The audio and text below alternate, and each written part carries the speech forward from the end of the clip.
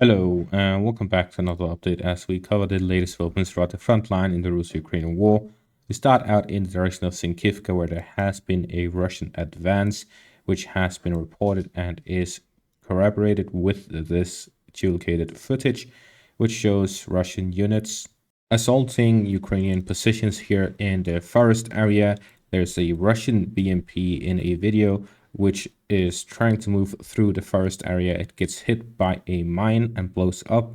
However, the crew survives and dismounts the vehicle before storming onto the Ukrainian positions and taking up their own positions in the forest area.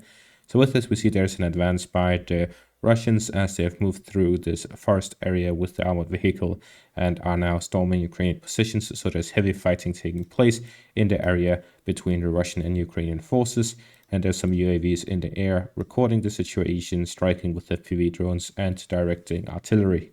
Moving on further south in the direction of Terny to the east of the village, there's been a Russian advance here. Yet again, Russian assault groups move through the forest areas, advancing towards Terny.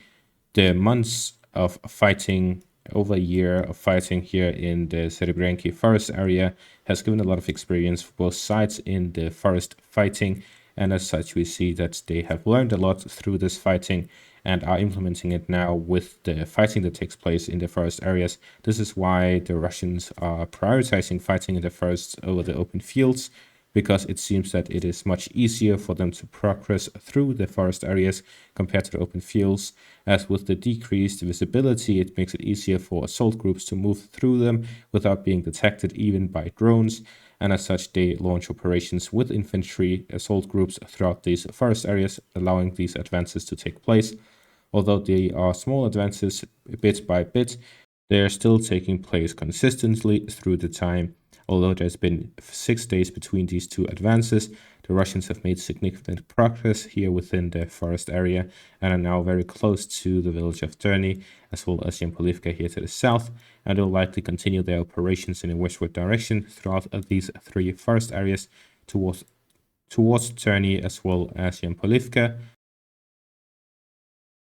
Moving on, we get to the Bakhmut section of the front line, where the Russians have been confirmed to advance here to the southeast of Avdiivka, capturing this forest line and advancing yet again to these positions within the village. And with this, the Russians have secured the southern flank of Bakhmut and will likely continue advancing through the railways, focus their attention there and the forest patches to the south of the areas under their control, as well as fighting here through Bakhmut, and they'll likely start an operation in the forest area to the north of Bakhmut as well to get control over the flanks before storming the central parts. What we're seeing here in the Bakhmut direction is only the start, as the 98th Guards Air Assault Division is taking the fighting here in the northern flank of Bakhmut, focusing only on this section between Ryorivka and Ivanivske, and as such they have a significant amount of troops in this section, about 15,000. The Air Assault Brigade also has a paratrooper division, which could be useful for if the Russians plan on crossing the canal line towards Jazov Yar. And they also have the support of helicopters attached to them. This is where we saw in the Ukrainian summer offensive the extensive use of Ka-52 helicopters by the Russians. These could now be relocated to the Bakhmut direction, and if the Russians have subsequent air support here in the section of the front line of these helicopters, they could make significant progress with that. In terms of combat potential, this division is likely one of the best of the Russian armed forces. Therefore, we can see that the Russians will likely send a lot more reinforcement and a lot more equipment, dedicate them to this section of the front line, as they're likely planning some big operation here. As for the Avdiivka direction, we've also seen advancements by the Russians in this section of the front line, both to the south and the north of the city. In the southern parts, they've managed to gain a bigger foothold within this dacha area here to the southwest of Avdiivka. They're now fighting over the trenches to the west of it, which would allow the Russians to oversee this whole forest area with these trenches here. As such, the Russians would have full control over this whole area, cutting off the Ukrainian soldiers here into the southwest completely from any sort of retreat, if there is any Ukrainian soldiers left in this section of the front. As such, the Russians will likely capture this area very soon, as with the capture of the northern parts, the Dacha area itself is also isolated from any supply routes, and as such, the Ukrainians here to the south are completely isolated from the rest of the army. So unless the Ukrainians launch a counterattack here to the south and manage to push the Russians back, then the southern western parts of Avdiivka is completely lost by the Ukrainians.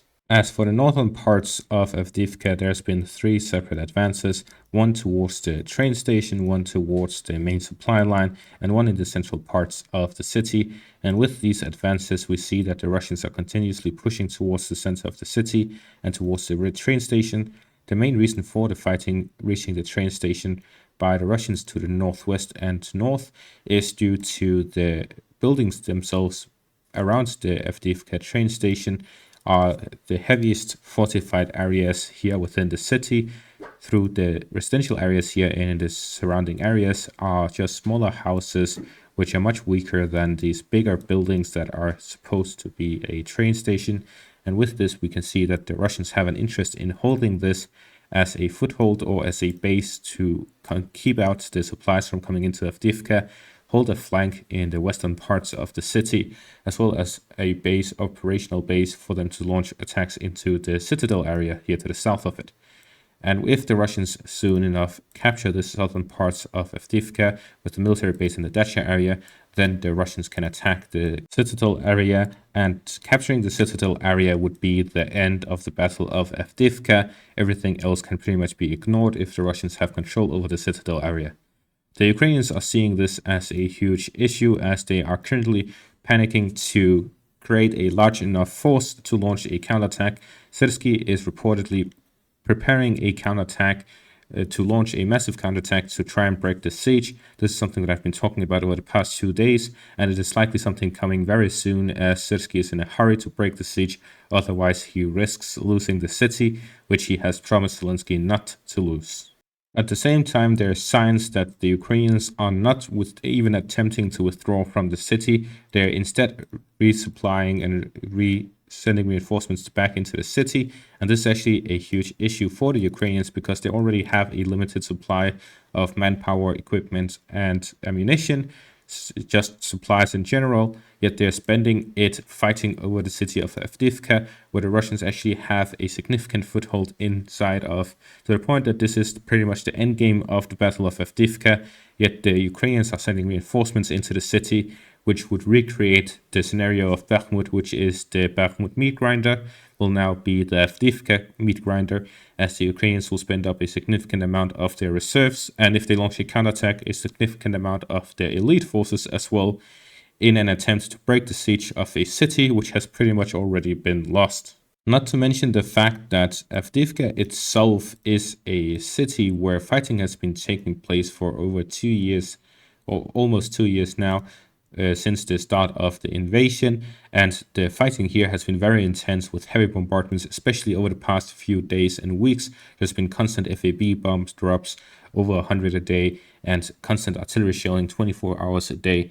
All of this would completely decimate the city itself and demolish everything within it, which means that even if the Ukrainians manage to recapture the city, it will have little to no strategic value for them. Then you may ask, well, if it has no strategic value, why would the Russians even want to take it? Because it had strategic value before it was completely demolished. Now it's completely demolished, it has no strategic value. The fighting right now isn't really that costly for the Russians because they've gained a significant foothold, they have a significant firepower advantage, and they hold the supply lines of the city.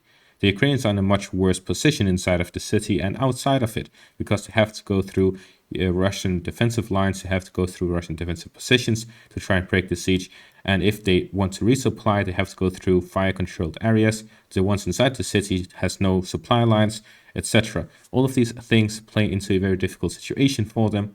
While the Russians have multiple supply lines that are covered by their artillery fire, allowing them to cover for the entry of these units, they are also constantly launching assaults on these Ukrainian fortifications, which are definitely very difficult, but they always end up fighting from areas which are advantageous. As you can see here towards the Dacha area, they're attacking from the east, while the fortifications and trenches are to the west. This is something that they have done continuously throughout this battle. like undergoing the pipeline, going through the pipeline to enter the residential area, bypassing all of the fortifications in the northern area, crossing the Dacha area in just a few days, and entering the city from the north, after which they just completely bypassed all of the fortifications to the northeast. So the deadliest days for the Russians in the Battle of Avdiivka has long passed. Right now, it is difficult and at a disadvantage for the Ukrainians, while the Russians have a significant advantage, and they're making full use of that with the Ukrainian counterattacks and the Ukrainians' inability to give up and retreat, leaving them in to fight a battle that is significantly disadvantageous for them, ending up with the meat grinder that is the Battle of Avdiivka. And that is that for the current situation throughout the front line. We're seeing that the Russians are constantly on the move here to the east. It has been fairly silent over the past 2 days here to the south, but we may see further situations and battles developing, especially in the town of Avdiivka, where the outcome is yet to be decided, and the Russians are likely fighting heavily over the eastern and central parts of the town, while the Ukrainians are trying to hold on to it. Yet there's been no updates. This is likely due to heavy fighting that is inconclusive. And that is going to be all for this update. Thank you all for watching and have a great day.